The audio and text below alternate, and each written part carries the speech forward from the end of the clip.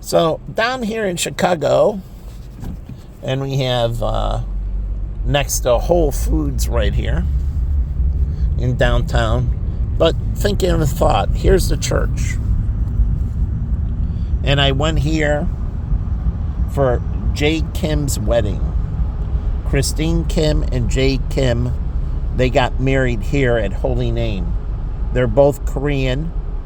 They got married at Holy Name. And I don't know if they're both Catholic, but they got married at Holy Name. And it was a great wedding. And I was with Jennifer Kim. No relation to them, but she's Korean. But I'm talking about value. So you say that everybody is equal. The Bible doesn't say that. Equality is only at birth, meaning you have an opportunity. That's it. So that agave love and that, as you grow, it comes with conditions. And either you grow in more value to God or you grow in less value to God. Truly. You either become more satanic or holy. But that's your choices. And so, no. We're not all the same. And we don't treat everybody the same. That would be unrighteous. So, do you take everybody into your house? Like anyone down here, no matter who they are, you take them into your house and you treat them the same as, say, your son or daughter. You open up your bank account and give them whatever they want or whatever it may be. You treat them the same, do you? So anyone can walk off the street and you're like, okay, I want this, Daddy. And you just give it to them. Truly. And what do children do? Chores. And they have to earn their allowance. And they need to do certain things. And if you grow up on the farm, and I've been around a lot of farmers, everybody has to do something. And they participate. And if they don't, well, here comes the twitch. And you're going to get your little hiney spanked. So make no mistake about that. So they earn their way. From a small child, you learn that you have to participate. And as you grow, they expect more out of you, not less. You have to do more and more and more and more with the farm. Every day you grow older, you're expected to do more, not less. And so you don't understand this. And this is how it used to work in our culture. As you grew more, and it's the same in the Bible, more is expected of you. So those that are given the most, what do we talk about? Abraham, he lived to almost 200 years old. Lots was expected of him, and so of his wife, and so of his concubine, because they lived long lives, Sarah and Hagar. And that's a lot expected of them. So it's the opposite. You can be sloth, but I go with the green arrow. What does he realize? That he is a low-life, scumbag piece of garbage. And that he reforms his life. But I'll give you my friend Evan, whose father started Applebee's. He went out and he got married and everything. He dated Shannon Doherty and so on. And his life was garbage, like the Green Arrow. Same kind of lifestyle. And then Evan's father cut him off. And he became a bartender. And you know what he did? He finally started seeking excellence in God. And he became an incredibly awesome bartender. And he should be buying back in the Applebee's and that. Because now he understands the industry inside and out. He sought excellence. He got married. He got divorced from his first wife, got remarried, had another family. And this time, he didn't fail with his wife. He treated his wife and children exceptionally. He managed his affairs exceptionally. So, but it took a grounding. And his father did it to him. His father gave him $5 million to see what he would do with the $5 million. Remember the seeds in the Bible? So, the master gives the servant these different seeds. Now you're understanding what I'm doing. The master giving the servant these different seeds. And the servant that plants it in the ground and buries it and hides it and does nothing with it burns in eternal damnation. As the Bible said, that servant is the most wicked of them all. And that servant burns eternally. They took the seed and they buried it. They didn't put it to productive use. So they were condemned. The next servant, and truly that servant burns in hell. And he tells them, you're the most wicked of them all. And you are now condemned. And then the next servant, he put it to work. But he wasn't good at it. He wasn't diligent when he put it to work. And he fell short. But he was still good. Going to heaven. Still produced, but he needed to improve. But because he put it to work and tried, he wasn't the most diligent, but he was willing to improve. And so he was blessed.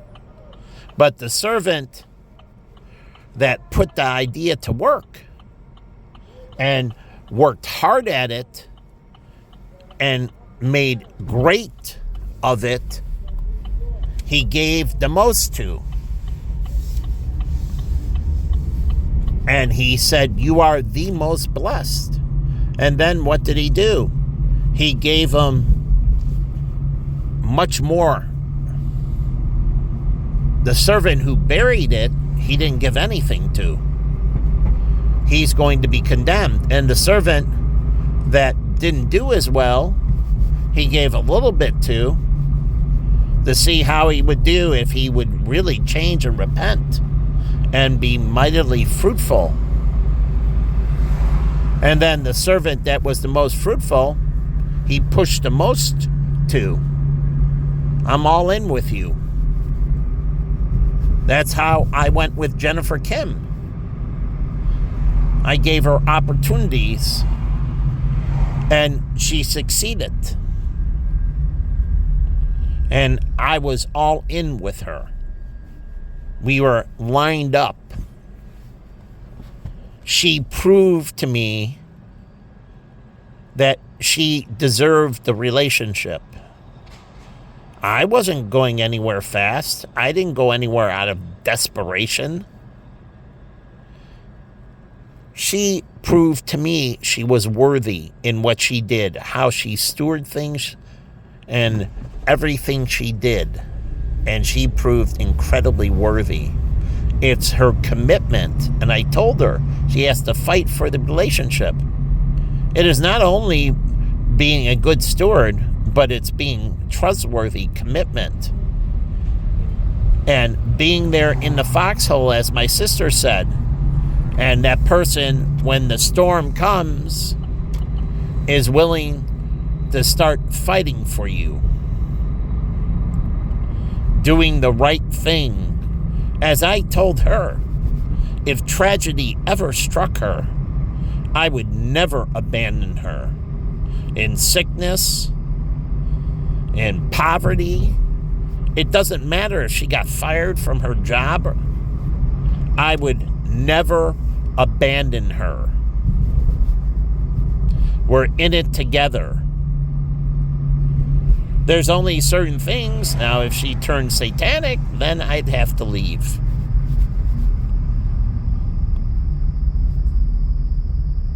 But if she got let go from her job, which she almost did the first summer we were together, they didn't have anything to do for her, and they were thinking about releasing her. And guess what? God watched over, and they kept her. And she went internally to develop some internal resources, and they kept her employed. And what happened with that? By staying employed, she moved up into management, and I helped her move into management. So God watched over her. She was going to be let go, and she was going to have to start over somewhere else. Basically, yeah, she had some senior ability, but nothing much in comparison. So she would have had to start at the ground floor at another firm. She would have never made it to the management level and up. But she was able to preserve that. And, interesting. And that was one of the greatest summers in my life. And I thank God for that. Why? Because she stayed in Chicago that whole summer. That whole first summer, she was here in Chicago. Because they didn't have any assignments for her. But they kept her. So she kept on getting paid. I paid for everything, so we didn't use her money. But the whole point is, she was here all summer. And I could see her 7 days a week. And I was so unbelievably happy that I could see her every day. I could be with her every day. And I so loved that. And when she went back, and I was coping with it, and I adjusted and that, but it was eating away with me. And eventually I told her in 2005 she had to find a job in Chicago. Because we want to get married, we want to have kids, and I need you to be around Chicago more. And she said, no problem. And she did. She started searching. I didn't tell her to leave. I wanted to build out real foundations. And I could have further with Jonathan and other people in real estate that I had connections with, brought their firm and grown real foundations in Chicago. And if I was still talking to her, I would love her to go back to real foundations. Then, in that way, and build out real foundations in Chicago.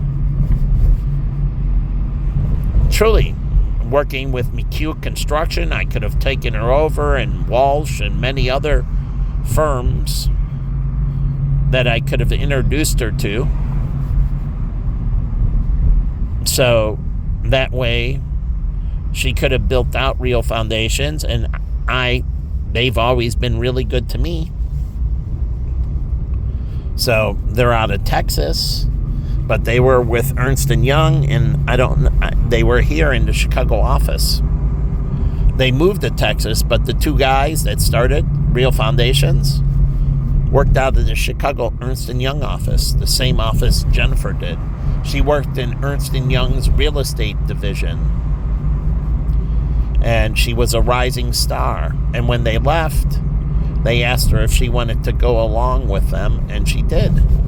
She left Ernst & Young and went to Real Foundation. She believed in these two partners that left Ernst & Young to start Real Foundations. So, some beautiful skyline here. But that firm was really good for me. Now, she left, and see, she didn't, how do you say? after we split up in that, she got the job with Sloan. That's another consulting firm here in Chicago. And she worked for them. And I don't know exactly what type of consulting they do, but they're here in Chicago. And it's another consulting firm. And here's Fulton Market. And she went from there to the pharmaceutical company. But the whole point is that after we separated is when she made the decision to jump companies. So she could have built up Rio Foundation's presence here in Chicago. So, again, it's what you do with the fruits that matter. And so, remember I told you, God said he's sitting back and watching. He's watching what you will do. He's watching what you will do with me. And he's watching what will you do with my output. So far, I went through a breakdown and I lost everything and the pain was incredible. And what do you do to me again? You gave me a second and you made the pain incredible for another 10 years. So for almost 21 years, I've been suffering greatly. And so seeing these people on crates and that, what the hell have they suffered? I've been suffering for 21 years. And you're going to say some bum? Has that bum been suffering for 21 years? Has that bum been living on the street for 21 years? Truly, none of those bums, I've ever seen a bum ever more than a couple years. But I've been suffering incredibly for 21 years. And so you decide that you're going to do these things and bury these things and screw me over. And he doesn't care your reason. They're the oldest reasons in the book. As I said with the presidents, and I'll give you many all through history. Some were better than others. Some had lots of scandals. And they retired. And they lived a life that was very good. How about CIA directors? How about the head of the Joint Chiefs? Schwarzkopf, I've read about his life. Stormin Norman, his outside life. He's had an incredibly good life. His outside life was incredibly good. And in turn, yeah, they have great lives. But that's why they also want to protect it. As I published. Because they have such great lives that America holds such value. What do you think the old rich families in America, their children, had to go into the military? It wasn't even an option because of the great lives they were receiving as a family that their family had to serve and sometimes die. JFK went into the military. And he served and almost died. He was a war hero. But it was an obligation. It wasn't a question if they were going. They were going. And why? Because to protect the life that's been given to them. And to protect it for their family. Of the opportunities and the blessings. Like we have Fairlife here. I like their milk. I do truly like their milk. So, it's great dairy. Now, there's some scandal, I forget, but again, I bought their stuff and I liked their milk. So, again, opportunity.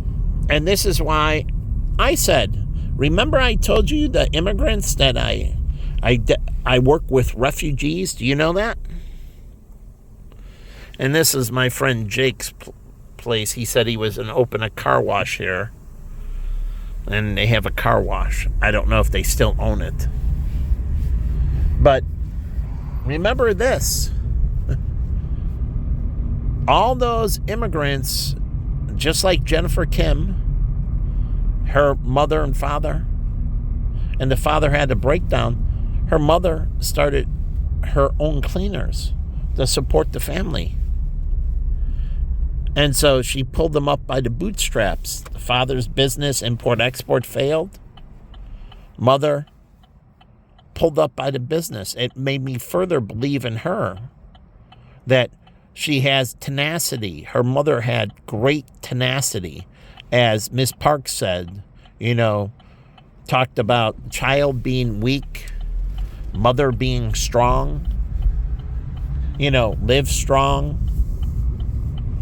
Those bracelets. Well, she didn't go for government anything. They didn't have any, disability insurance. He didn't go on Social Security disability. He did work. He earned. But she picked it up by starting a dry cleaners. Earning all the money for the family. Providing for Jen's college. And then Jen, as the eldest, produced, and she took care of Gina and paid for her college. Her mother only paid for one college. Each of the next children paid for the child behind them, paying it forward in the family. Paying it forward in the family. The older child is obligated to pay for the younger child's education. The older child looks after the younger child, as I've always looked after my younger brother. So, paying it forward. So, the parents only paid for one child. Jen's obligation was to pay for Gina. And she paid. And her second obligation was that she was going to, but it was supposed to be Gina's obligation, not Jen's. And Jen got lucky. Charles got a Caddy scholarship, 4 years, residency, books, meals, all that at the University of Illinois, paid for, full. But it was Gina's responsibility. See, Gina didn't take the responsibility as serious as Jen. Gina gets out of college and she needs to get her life going and do the right thing. And she was supposed to take care of Charles. So, got a little soft, but Jen was feeling, angered that she would have to pay for another sibling. And rightfully so. I worked it out with her. We had many others. If Charles didn't get a scholarship that way, there were other scholarship paths. So, again, the older child pays for the younger child, and the older child takes responsibility. My brother John, I always knew where he was. If he was with Danny or whatever, I always knew. I wasn't with him, but I knew exactly who he was with and where he was. And sometimes I needed to kick some people's butt. But no, I always knew where he was.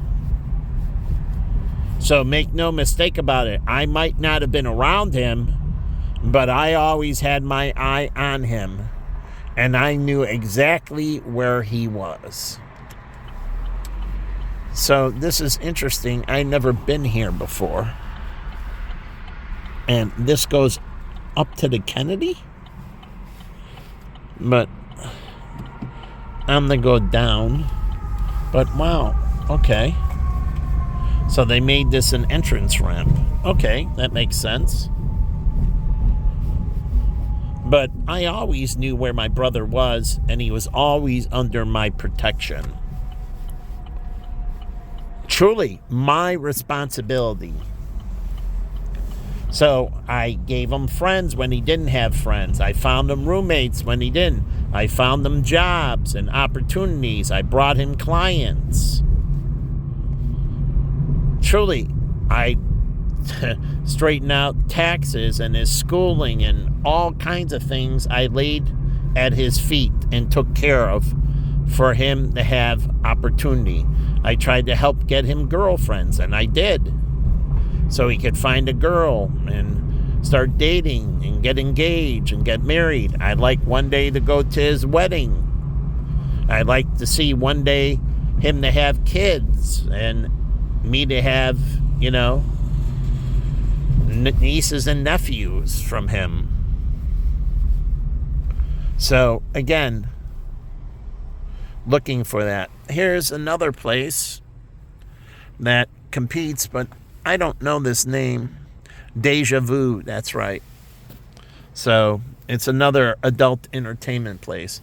I don't know how it compares to Rick's. So it's closer to the financial district. And this is a revitalization. This area was more industrial. So they had a good idea about enclosing these in buildings, these substations and that. So they're not an eyesore. And you go in and they're inside. Also, they're protected from, truly, their buildings are air conditioned and temperature controlled, so the substations don't get overheated or anything else, and they don't worry about snow and other weather damage. So it was a great idea they had. They said they were doing that here in Chicago, closing the substations into buildings. So again, it makes sense. Takes it from an eyesore and makes it look like a nice, beautiful building. And I watched the video. It makes sense to me. So they said they were doing that with these structures around Chicago. So they're in process. But paying it forward. So Jen paid it forward. Her mother paid for her. She got out. She did internships, set herself up, started making, and her sister was behind her. She paid for her sister. That's what's supposed to happen in the family. Paying it forward within. And she was responsible for her younger siblings. But Gina was responsible for Charles. Jen is responsible for Gina. Gina is the older. Charles is the younger. So Gina's responsibility directly is Charles. Charles doesn't have anyone.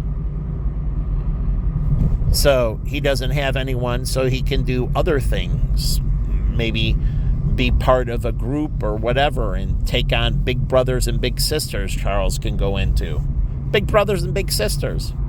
And take on somebody else to pay it forward. Truly. Mentor somebody from big brothers and big sisters Charles could have went into.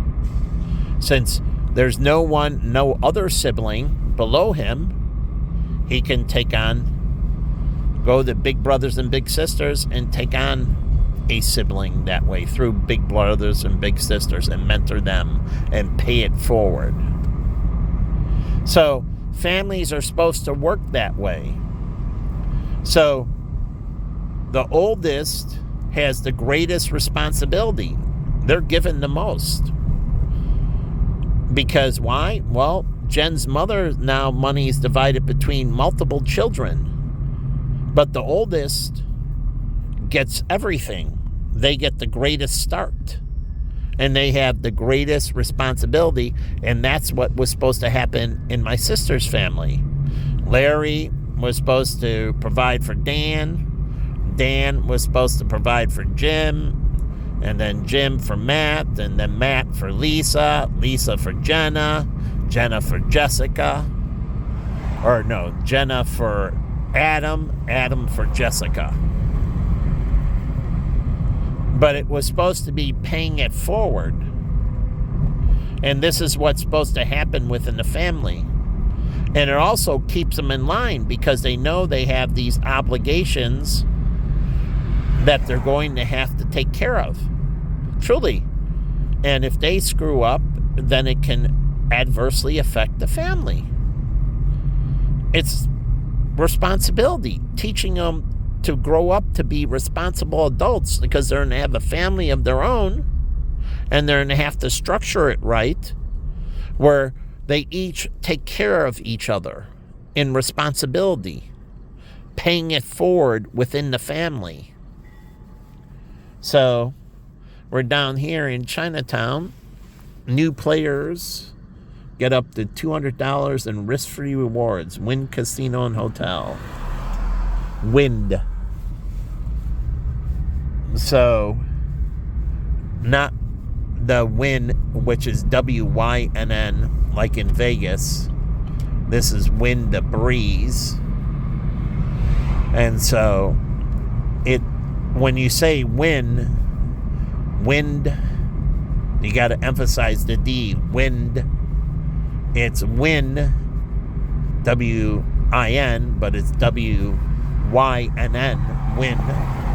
You don't want it to get confused with the Wynn Hotels because that's the Wind Casino and Hotel. So here's the fish place, and I don't know if they here, fish and shrimp, are they offered at the White Sox Park? They can. Shrimp is really easy. All that's basically easy to handle food that can be offered at a ballpark or a soccer game. This new soccer stadium coming. So, sushi is very good that way too, meaning the hand rolls and then the rolls. So, salmon roll or whatever, the rolls, not the pieces. A little bit more cumbersome. The rolls are more ballpark thing. The hand rolls and the individual rolls that you cut into pieces. The seaweed's on the outside so you don't touch the rice and so on. It's much more stadium friendly, so they can offer it. So you got to figure out things like chicken on a stick. The chicken sauté, that can be offered at a stadium with a dipping sauce. They usually do it with a peanut sauce, but you can get some different dipping sauces, like Cane's, the chicken strips. Those chicken strips, that's in a little basket. You have 8 strips like they have at Burger King. I think they have the chicken onion rings up here. They're onion ring shake at White Castle. So they have the fries at Burger King. Or no, they have the cheese fries. I forget who has the chicken fries. But anyways, the chicken strip and that, all that stuff is good for stadium food. It's things that, you can pick with your hand. It's in a container. It's easy to manage. You can set it down. So that's why you can only have certain things that are manageable at a stadium. So they have to be very environmentally friendly. It's not like you're going to sit down and have a steak and filet and everything because, people are getting up and they got to go to the bathroom and so on. And so you have to have things that are managing. In the skyboxes and that, you can get more sophisticated. But I'm talking for the seats. People get in and out and they move back and forth. And so, like in a movie theater and that's why putting the legs up in that, if there's a fire or people need to get out fast, that's one thing about, you're putting up the legs and then what happens if there's a fire? The fire alarm rings, do the legs automatically go down at the movie theater? do those automatic, or those chairs tied in where the legs automatically close if there's a fire. Fire alarm goes off, the legs close, right? Because you can't have those chairs and people can't be fumbling for the thing. They have to automatically go down, right? But then you have the tray, right, that opens. Well, the tray is cumbersome, right? It's in front of them and everything else, and you're thinking in this. It's the same way with the stadium when you're doing it. You can only do so much because people need to leave quickly. So you have to design things and food and everything, that cup holders and that, where people aren't putting the popcorn on the ground or anything on the ground. Because if they need, especially, say, in California or wherever, earthquakes are present or whatever, if they need to move quickly, that they can't put things on the ground. So you have to have cup holders and you have to design it correctly so they can get out. Like cars. You know, when they get into an accident in that, well, with these drink holders and that, you don't want beverages flying and so on. So there has to be some kind of protocol with the stuff in the car, right? Stuff flying around when you hit the brakes. So, you know, they have netting for the trunk when they have in the SUVs, right? You put things in the SUVs and they're inside, but they're not locked down underneath like the trunk of my car. And when the SUV flips, all that content in back flips, right? So inside the SUV, all the content flips because there is no thing locking it down. Now they have the rollout locks for the trucks that you pull the thing in, but it can't be taller, right? Because if it rolls, then it's going to roll out all over the highway. And so when you have trucks in that, it's payloads.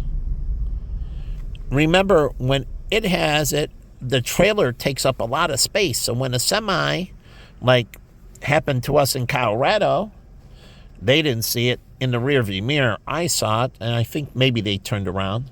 But I was driving, I'm the expert, and the cars were going into the ditch left and right, and not me. But the semi forked behind us, lost it on the icy road, and went sideways, and then flipped on the highway in Colorado as we were going to the airport.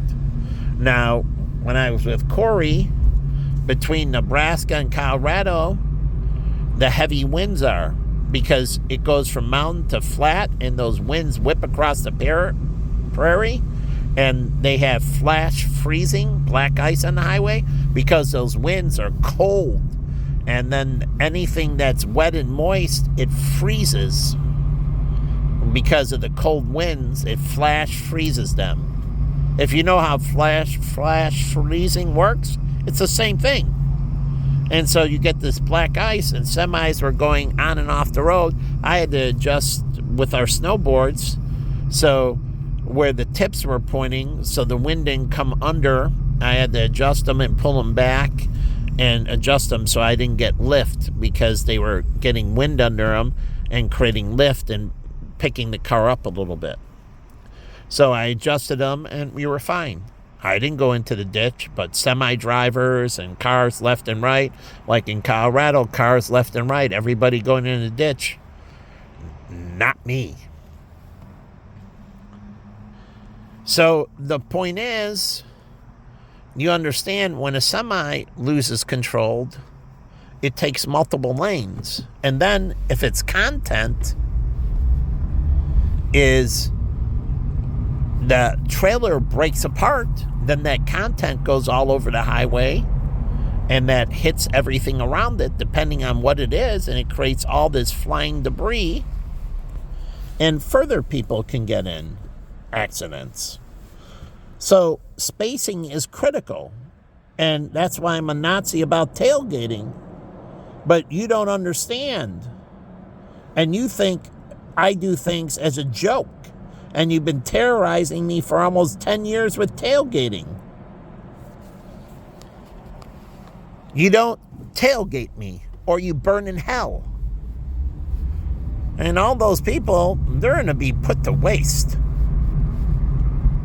But you don't understand. I've been through all these types. I've been driving millions and millions and millions and millions of miles.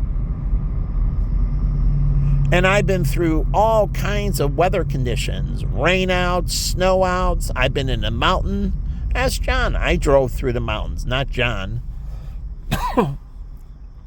And we helped a band up in the mountains. They were stranded. But again, I drove through the mountains in these incredibly blizzard conditions where, yes, if the plow comes around, as they told us, make sure you're watching for the plow, because as the plow pushes the snow, it can accidentally push you off the cliff. If you're on the outside and the plow's on the inside and it's coming up and it's pushing the snow in that, yes, it's pushing it to its right, but some of the snow moves to the left, and sometimes accidentally people get pushed. So you got to be careful. So I helped them, and they shared insight to watch out. And so I drove all the way up the mountains and then all the way winding down the mountains. It's a long route because you got to go all the way up thousands of feet. At 10,000, 11,000 feet, you're ascending, and then you're descending back into, Spring Valley, Colorado. But it's a long ride winding around the mountains. That's why people like tunnels through the mountain. So you don't have to climb all the way up the mountain and come all the way down. It takes forever. So being able to put a tunnel through the mountain is critical. Now, you have to make sure the tunnel's designed right, because you don't want to weaken the structural integrity of the mountain, right? It's not just the tunnel integrity, but the integrity of the mountain to take impact, the integrity of the mountain to take vibration and everything else. So you don't want the tunnel to weaken the mountain. So you have to design the tunnel correctly. The tunnel should support the mountain, improve the structural integrity of the mountain. Truly, improve the structural integrity of the mountain. The tunnel has to improve its structural integrity. Not less, not weaker, but as strong or stronger than the mountain was before the tunnel was there. And this helps with securing the tunnel. Because if the tunnel, and they never do this, the tunnel causes the mountain to be weaker, then the mountain is more likely to have catastrophic failure. And if the mountain has catastrophic failure, then the tunnel is more likely to have catastrophic failure. So the tunnel has to enhance the strength of the mountain. And by enhancing the strength of the mountain, you enhance the safety of the tunnel. So they have to work together, benefiting each other. What we call in Christianity a win-win situation. You win, I win. We win. That's why they say there's no I in team, but so far, there's only been an I. Here's Chase. So that means they have demand deposits, off topic, demand deposits, and that from an urban community, a black community. That's called diversification. So if you want diversification, well, what types of jobs and so on, education level and so on, do they do at this Chase Bank? Truly, understanding the client's demographics, giving diversification. What industries do they participate in, so on. Plus, they have diversification by area. They're on the south side. And so it's a different housing market, different supply and demand scenario. So that's diversification. So it can be because each race, Hispanic and blacks and so on, they go into different professions. You get diversification. And so with that, it creates stability, right? So not everybody wanting to be everything, right? So again, there might be a few here or a few there, but generally you're more aggregated into certain fields than other fields. It's basically working with your abilities.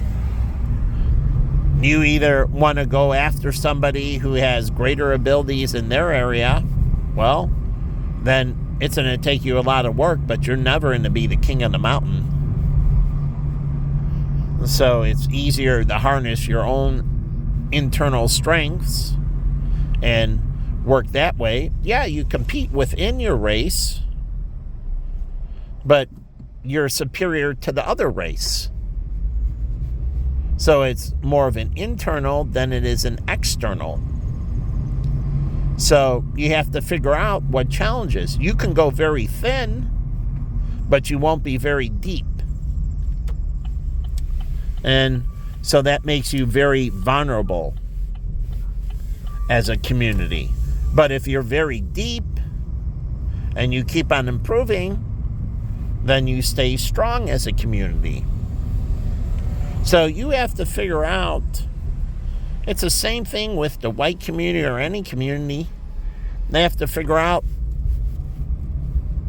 what areas you're going to go and what areas you're not. And we have to figure out what we're going to do with this country going forward and how we're going to make this chemistry work. And we can't have sanctuary cities, and we have to have fair immigration. Why? Because we can't be stacking the deck one way or the other anymore. We can't say we're going to flood in all white people. We can't say we're going to flood in all Asians. We can't say we're going to flood in, we've been flooding in all Hispanic or sanctuary cities. We can't be saying we're going to flood in all blacks. Now, we diversify with our immigration. We take a little bit from Latin America, a little bit from the Middle East, Arabs, a little bit from Asia, and a little bit from this, and we spread it around. So we have to be fair with our immigration. So, and it's the same thing with whites. We could take a little bit from Russia or a little bit from France or Germany, but only so many white people. Truly. And that's why we can't have sanctuary cities. We have to have immigration that we can control, and then we can spread it around, making sure we're not diluting the voting system in that, and the ability for people to create fairness within these systems. So we have to think about that as a country moving forward, and we haven't been doing any of this correctly. So we have to sprinkle it around. So no, we can't take mass immigration from any country anymore. And we have many other partners all over the world, and they can take. And it works together as a system. That's why you have international placement firms, and they place a little bit over here and a little bit over there. So we create fairness. So we move things around correctly.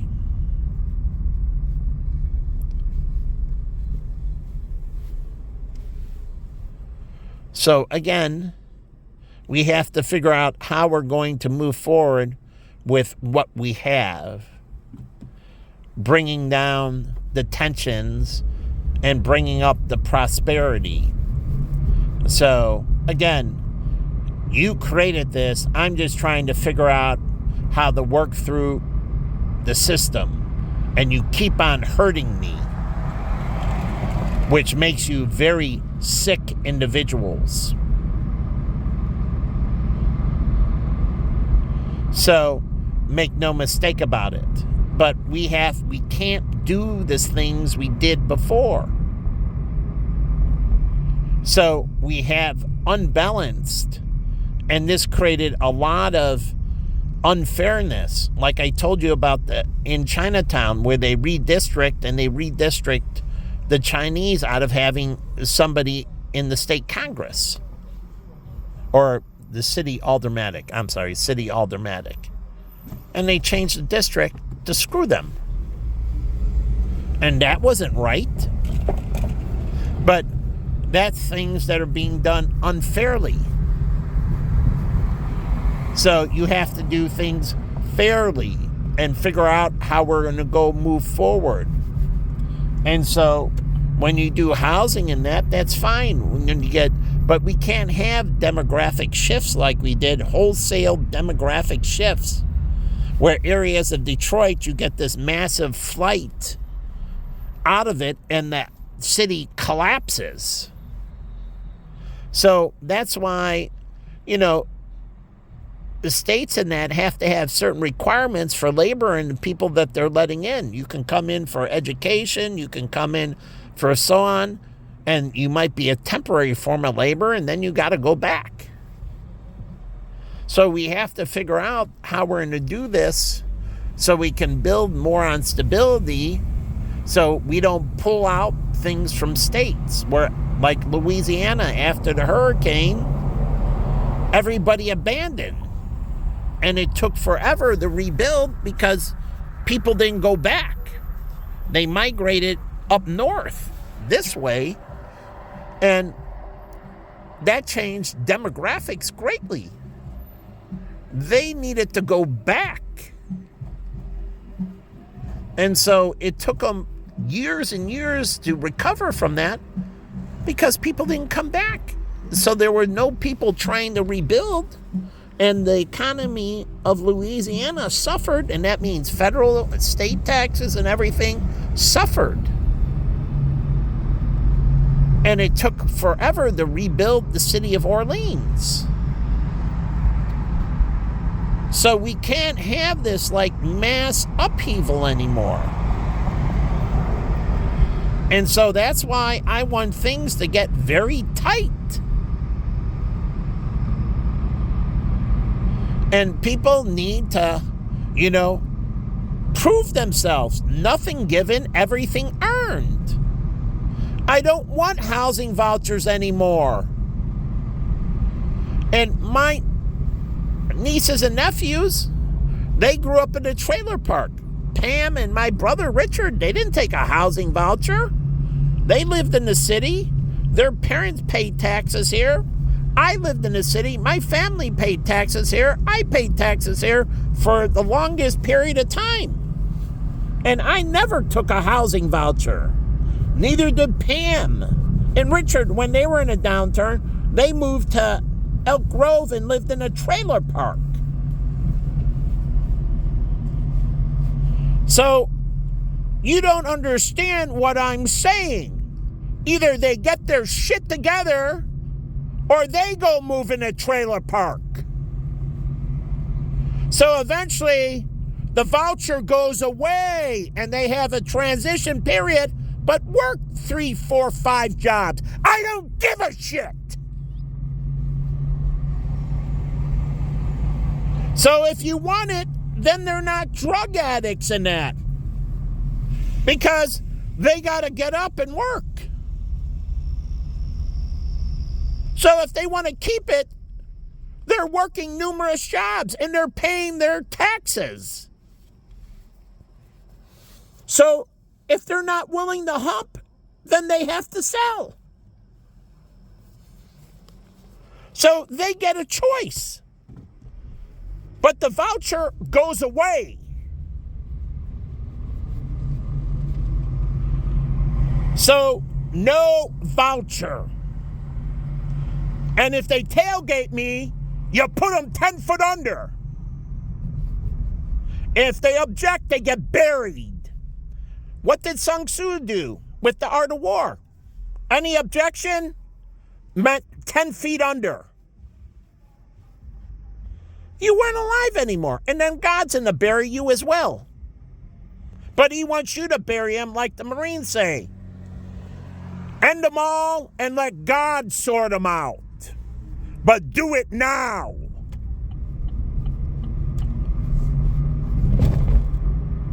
So either they're getting motivated because that voucher is going away. And let's see how productive their community truly is. So we wouldn't have these black homeless people here. So they would be gone. If they're not working, they can't stay there. They got to go to jail. So again, these people here, I was proud of the Chinese. I grew up admiring that they didn't take government subsidies and that they worked hard and took care of their family members, just as Jen did with her mother and father. Her father went down, her mother stepped up. I'll go buy the cleaners. And then Jen paid for her younger sibling to go to college. Talking about responsibility. And so, again, responsibility, like here, sniffing, making sure everything is safe. But let's go up by OK Cleaners. But that's what the American family should be like. Resourceful, picking each other up. Unlike my family did to me, burying me. Not what I did to them. Every time that my family's business had a problem, Waltz Brothers, I helped them out of every situation. Numerously, continuously, helping them out. My brother Carl, the same way. I worked for free. I finished my obligation. He sold his house. I bailed him out. Same thing I did for my mother and brother and everything else. So I was there in a heartbeat. Taking care. So I don't understand. Truly. So the vouchers have to go away. And eventually we need to wind down Pacific Gardens and urban ministry. And they need to turn into churches and preschools, and they can be adult senior centers and many other things. But they have to transition. So I should have went down Clark. But they have to transition. Like here, eventually they might have to relocate this police department. What is this going to be? They relocated on Chicago Avenue. They relocated that station and moved it over to Division. A new station on Division. They took it off of Chicago Avenue. Something else came in, and they moved it to Division. They relocated the police station. So if the new stadiums and that come, is it best for the police station to be here? Maybe. Their argument is there's a lot of support and they can work the games with the Sox and soccer stadium, the two stadiums. So maybe. And the off-duty cops right here can work in the stadium security. The off-duty cops can work for stadium security. Truly. That way, when on-duty cops come, they have off-duty cops working for security firms.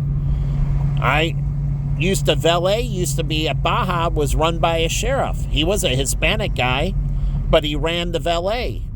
And he did background checks and everything on the valet. Who took over bags that delivered lost luggage? A sheriff. And he should have been putting together all the security in that, making sure tamper-proof seals on the bags and that. They can't be tamper-proofed. When they get picked up, the airline has to put a seal on it so it can't be tampered with. Whether it's a backpack, it goes into a plastic bag. Truly, the suitcase itself goes into a plastic bag, and that plastic bag gets Ziploc locked with a tamper-proof system. And the backpack can or any items can go in and sealed in the tamper-proof bag. And now they have puncture-proof, puncture-resistant, and so on. And so they're sealed. This is needed for around the world. People don't want their bags tampered with, right?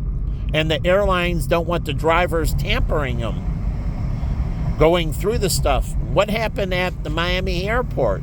I told you for years. The ground crew were going through the bags and stealing things. They would open the luggage. Once they were off camera, open the luggage, go through the bags, steal content out. Both people coming in and going out had stuff continuously missing from their luggage. It was the ground crew at the Miami airport stealing. What happened with the flight out of Egypt? The ground crew planted the bomb on the plane. So they had these, and that ground crew happened to be majority black. It's the truth, but the whole point is, these people see, if they want extra money, they see thievery as the option, not taking a second and third job. If they want extra money, like my friend Linda, she's Asian, she had 3 jobs.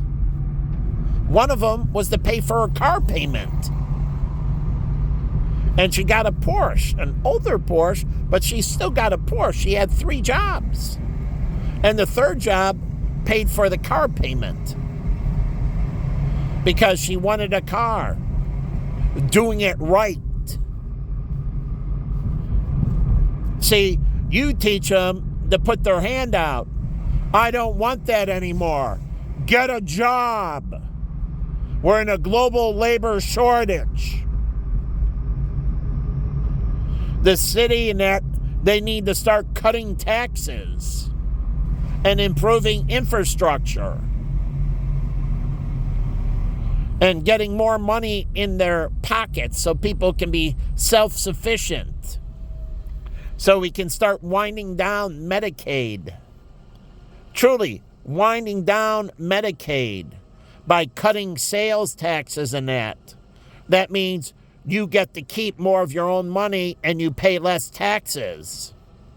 So that means less likely to need Medicaid or welfare.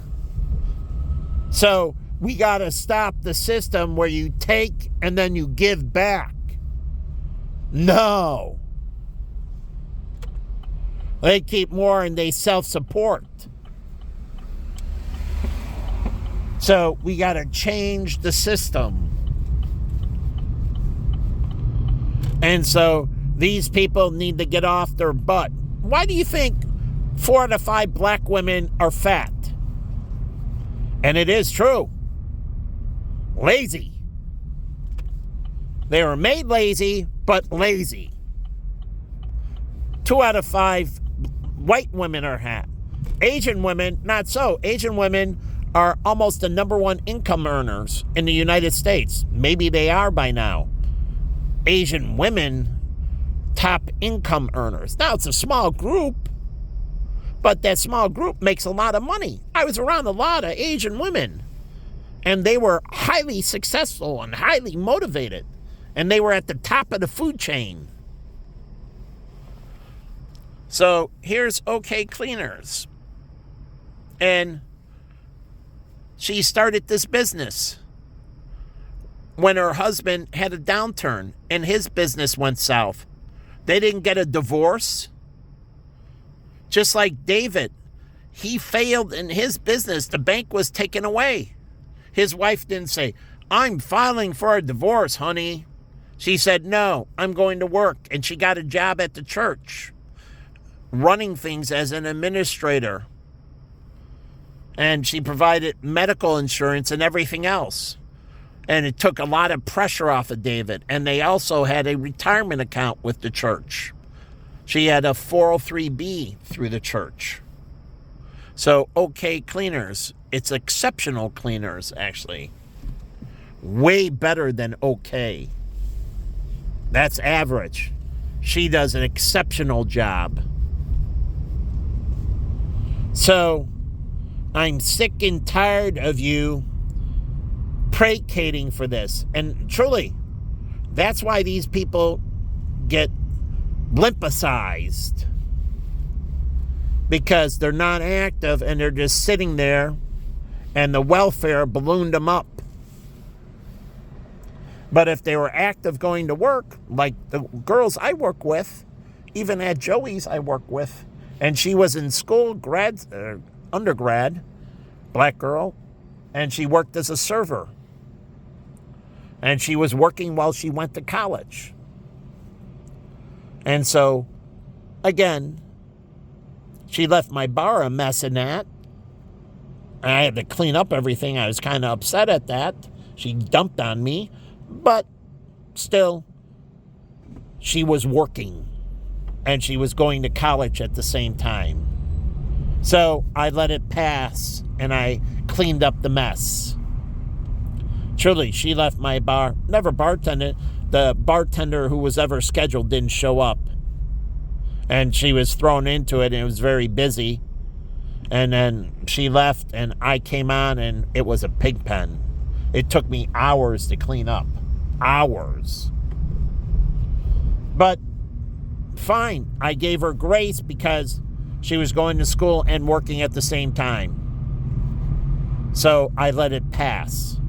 But the welfare system blimpicized them. Not having to work for your food. That's why the Bible says, if you don't work, you don't eat. So, again, you need to motivate.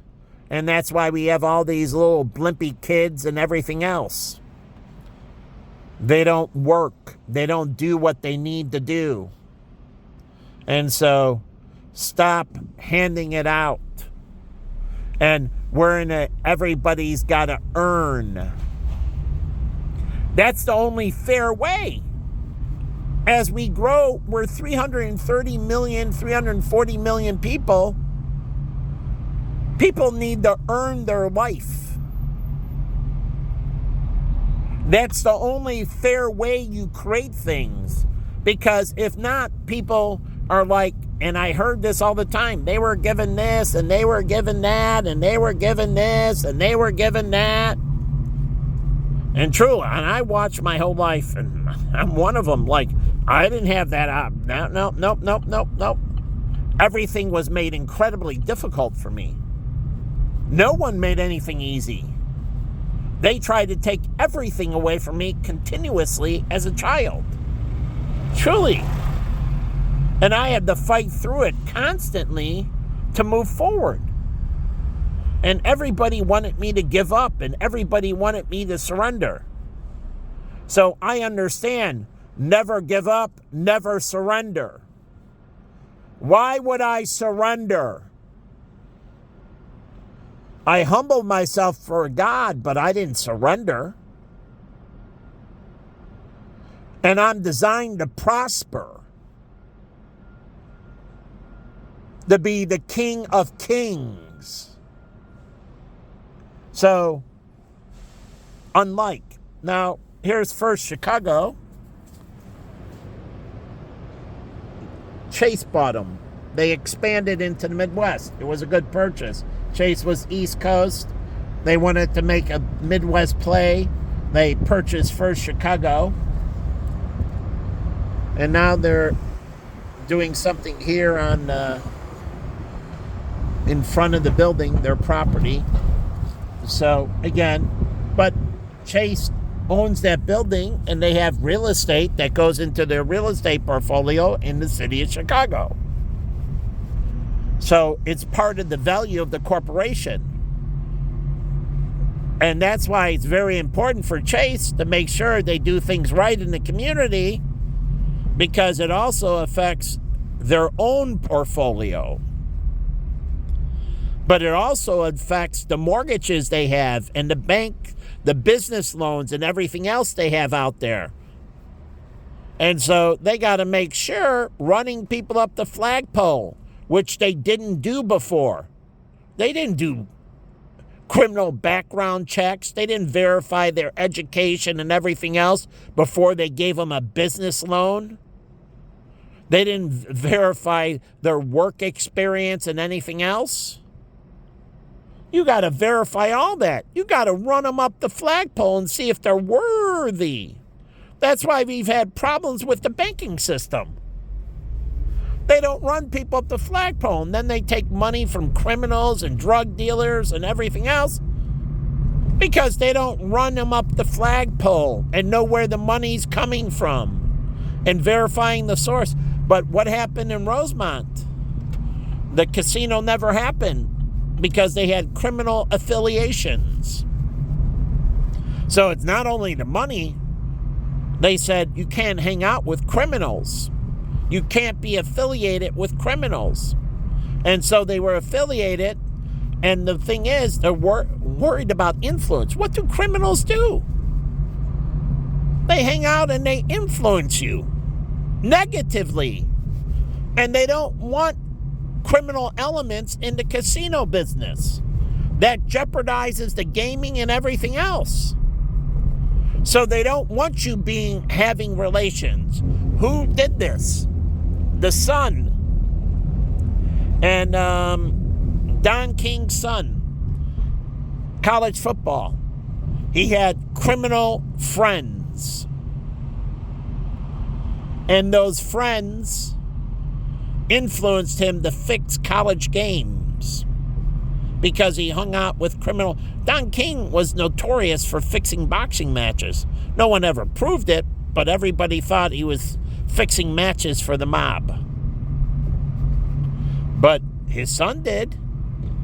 And the apple didn't fall far from the tree. And he almost took down college sports betting. So that's why they don't want you to have criminal affiliations. And what does that do? Penalize the criminals. What do you think they do in Japan, the Yakuza, and they isolate them? They're not welcome in society. And you know what? It finally broke the Yakuza. And now they're assimilating. They're assimilating. They were broken. So it causes them. Watch, I told you the Wall Street Journal with the Chinese dissident. They put him in a town and isolated him. He could go to work and go back. Oh, he had to go to work, or he would have been thrown in jail, and then they make him work from there. So the deal was you go to this town, you're in total isolation, and no one could talk. Everybody knew who he was. We call it ankle bracelets and monitoring, but there it's just the public. And everybody knows who the bad person is. And what happens? They tell them, if you affiliate with them, you go to jail. So this person can go to a store, buy food and everything else, but you're not allowed to affiliate. And so they're up there. They can go back and forth to work. They allow them to live their life in total isolation. They can't call anyone. They can't deal with anyone. They live life in isolation. But what happened? Read the journal article. He came back and he said, I'll never make that mistake. They granted him the building because he followed the rules. After years in isolation, he got a second chance because he followed the rules. And he came back and he said, I will never do that again. Being in total isolation like that, I will never do it again. But they figured this out from Tiananmen Square. They didn't want martyrs anymore. No martyrs. They didn't want people to be held up as martyrs. So they let them live their life in total isolation. And then if they conformed, they had the chance to get out of isolation, and they were told that. And if they don't conform, then they spend the rest of their life in isolation. They have their job, they go to work, they can turn on the TV, listen to radio. They can't communicate with anyone, including their family. They're in total isolation. They can't even communicate with their family. No one. And so what happens? They came out, but they learned this from Tiananmen Square. They learned how to deal with people and not make them martyrdom. So they're not beating them or torturing them or depriving them. They get a job, they pay their rent, they can buy food, they can go to the restaurant, they can turn on TV. But they can't have friends. No social groups, no talking to family, no Christmas, no nothing. Just themselves. And they can't have a pet. It's supposed to be isolation. So no, they can't get an emotional support dog or anything. The point is to break them. They don't want them to stay in isolation. They want to assimilate them back into society. So they're not trying to ostracize them forever. They're just trying to break them, punish them, and then they want to re-assimilate them. So if they do the right things, they get re-assimilated. So again, and getting off of this, but you can read it. I published articles on Wall Street Journal. You can look up their archives. I was reading all this, and that's where I found out they were searching for adult entertainment too. Japanese websites for adult entertainment. But anyways, we're down here with Google Echo. So I got Alexa. I wonder how the Google Echo system is. And you know that can be a security. When you leave house, it's a listening device. And it can double as a security system. And it can integrate with cameras and that. So an at-home listening device. And you can use it as a baby monitor. Put it in the baby's room. And it can listen in the baby's room. So it can be many things as a listening device. It can also play music and read books to the baby. And you can record your own audiobooks. Read the book and record it. Read the book to the baby once in the womb and record it as you're reading it. And then they should allow you to be able to play it from like YouTube. Truly, you record it, you just play a recording like this, and then you post it to YouTube, and then you can build all these books that you read to the baby while in the womb, and then you can replay them after they're born. So, and Google Echo can play it to them, so they get the mother's voice, and share chapters, make the book short. Child's books are supposed to be very short, but you're supposed to repeat them, and split the book between you and your wife. Truly.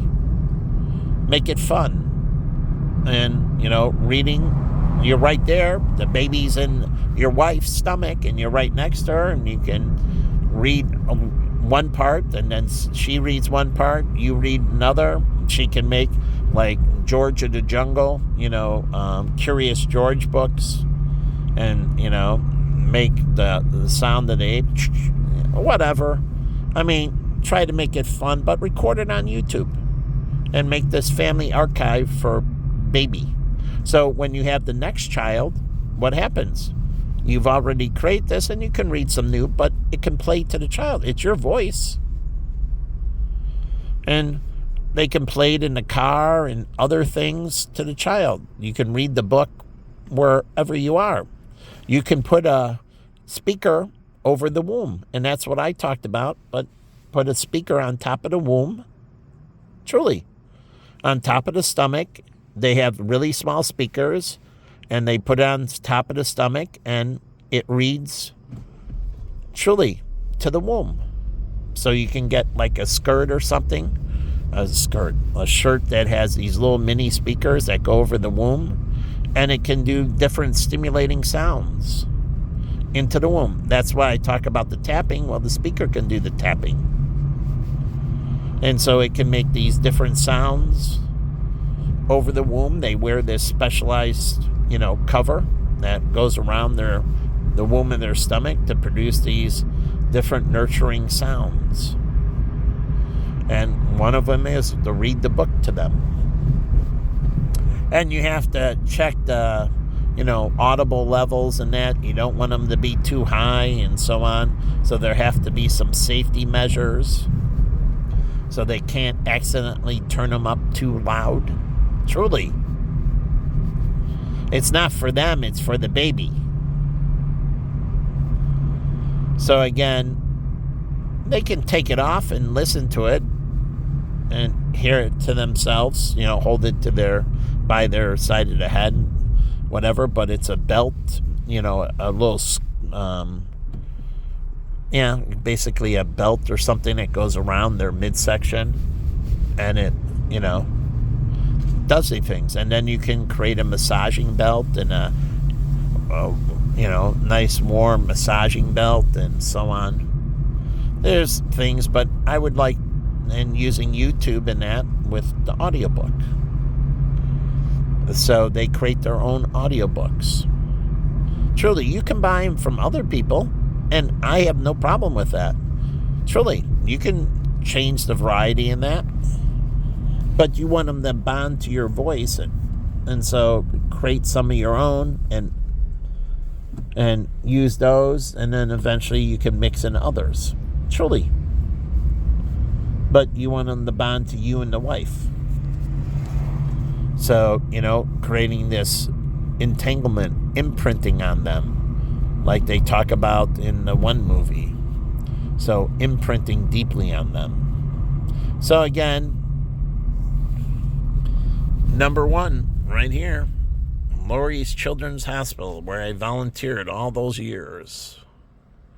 See it right there? Number one hospital in Chicago for children. Okay? So, again, people need to start earning their value. But the thing with work, they learn skills in trades, and it makes the mind stronger and healthier. And you're not punishing them, you're helping them build their physical and mental skills. And so they're building more tool sets and giving them more versatility and helping them out. You're hurting them by giving it to them. You're hindering their development. And this is why we have such a massive increase in Alzheimer's and dementia, as well as, with the LGBTQ. But again, is because we got stagnant. If you go back, activity level before and activity level now, and look at Alzheimer and dementia, I already posted them, was much lower. Because people were much more active. Yeah, we're living longer, but people were much more active all through life. And so, and they did the study on seniors, and they were 80, 90 years old, no Alzheimer's and dementia. They were very active individuals. So you're helping build them. You're helping them build these skills. They're building stories. They're building friendships in their work environment. They're building relationships as well. So they're touching people. People are touching them back. And they're more like in living color. Like the one thing the Wayans brothers talked about, how many jobs do you have, man? I have 5 jobs, man. He says, I have 2 jobs, man. Well, I have 5 jobs, man. And what are they saying? The guy with the 5 job is the better guy. And they're right. It's public shaming. And he was shaming him. You're lazy man. Talk to the Wayne brothers. It was in comedy, but it was serious. It's like my friend Pete. He did Uber and Lyft. He did day trading. He had Airbnb. And he worked for his brother-in-law doing recruiting. And he did insurance. He actually had 5 jobs. Simultaneously, 5 jobs. So, I've been around people that understand the value of work. So, I'm going to leave this video here.